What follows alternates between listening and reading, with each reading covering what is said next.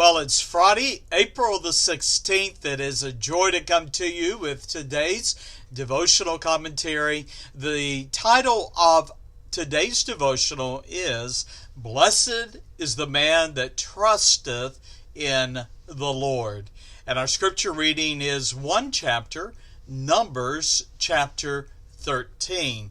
Now let me set the moment in time for the children of Israel as we come to Numbers 13. Now Miriam, the sister of Moses, has been absolved of her sin and cured of leprosy and was reunited with the children of Israel at the close of Numbers chapter 12. Now we read that the nation, Israel, continued its journey and they pitched their tents in the wilderness of Paran.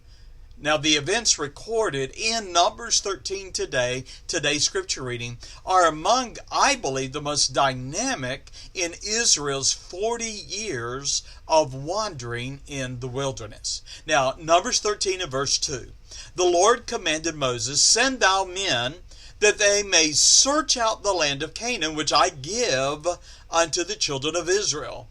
Now, let's pause and reflect for a moment on God's directive to Moses and those whom he would have spy out the land and its inhabitants.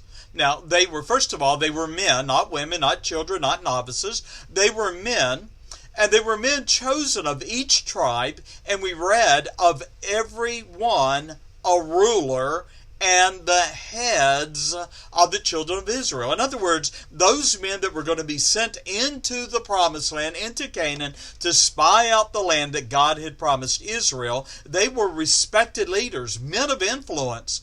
And the scripture records the names of the men and the tribes of origin from which they came, beginning at verse 4 through verse 16. Now, following the Lord's commands, Moses gave the 12 men their marching orders. Spy out the land of Canaan, see the land, what it is, and the people that dwelleth therein, whether they be strong or weak, few or many, and the land, whether it be good or bad, and what cities they be that dwell in, whether they're in tents or they're in strongholds, that is, walled cities. Now, Moses challenged the spies to come back, report of the land, be ye of good courage, and bring of the fruit of the land. And then we read in verse 20 of Numbers 13, now the time was the time of the first ripe grapes.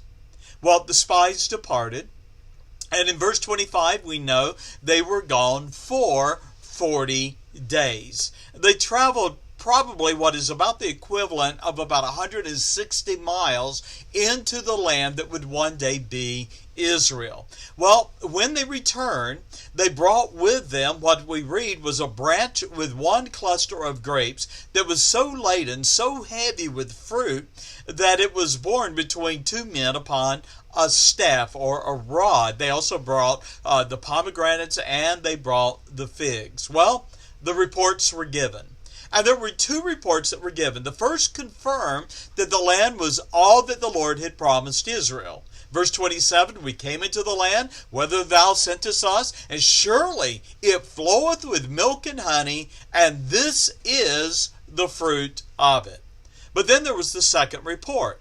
The second report was an aspersion, a slander, a defaming of God's promises, and it stirred the hearts of the people with fear. Now, the spies reported, and I read in verse 28, nevertheless, the people be strong that dwell in the land. The cities are walled, and they're very great. And moreover, as we saw the children of Anak there. Now, those were a group of people, a nation of people, known for their prohibited size. They were giants.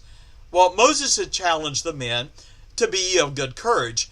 But the sight of the enemy had dispelled their faith, filled the void in their hearts with fear. Now here is a great lesson for us. It is this: fear is not only a sign of weak faith, but it is also given to exaggeration. The fear of the spies, you see, eclipsed their faith. Well, Caleb a leader of the tribe of Judah, spoke up. And as the people's hearts were full of fear, he stilled the people before Moses. And he said, let us go up at once and possess it, for we are well able to overcome it. We read in Numbers chapter 14 that Joshua added his voice to Caleb's challenge and urged the people, if the Lord delight in us, then he will bring us into this land and give it us, a land which floweth with milk and honey. Numbers 14 and verse 8. Well, 10 of the spies, however, sowed doubt among the people, saying, we be not able to go up against the people, for they are stronger than we. We saw giants, and we were in our own sight as grasshoppers, and so we were in there. Now, the question is, as we look at Caleb and Joshua, they saw the opportunity. But the other spies, the other 10, saw insurmountable, frightening obstacles. What made the difference in their observations? I want to suggest to you the difference was twofold: focus and faith. Caleb and Joshua did not focus on the size of the obstacles, but on the size of the greatness and the faithfulness of their God. Their faith was not in their abilities, but in the person and the promises of the Lord. Israel's enemy was not giants or the nations that were living in the land. Israel's enemy was her own lack of faith in God. I want to close with asking you a question. Are you facing giants? Have you allowed fear and faithlessness to take hold of your heart and your thoughts? Now here's the challenge, believer. God has the solution to every problem you face and the resources to help you achieve every goal in His will. In Jeremiah 17 and verse 7, blessed is the man that trusteth in the Lord, and whose hope the Lord is. For he shall be like a tree planted by the waters, and that spreadeth out her roots by the river, and shall not see when heat cometh, but her leaf shall be green, and shall not be careful in the year of drought, neither shall cease from yielding fruit. Caleb and Joshua looked through the lens of faith, and they trusted in God's promises. There's no doubt that we're living in a world that is a world with a lot of trouble in it.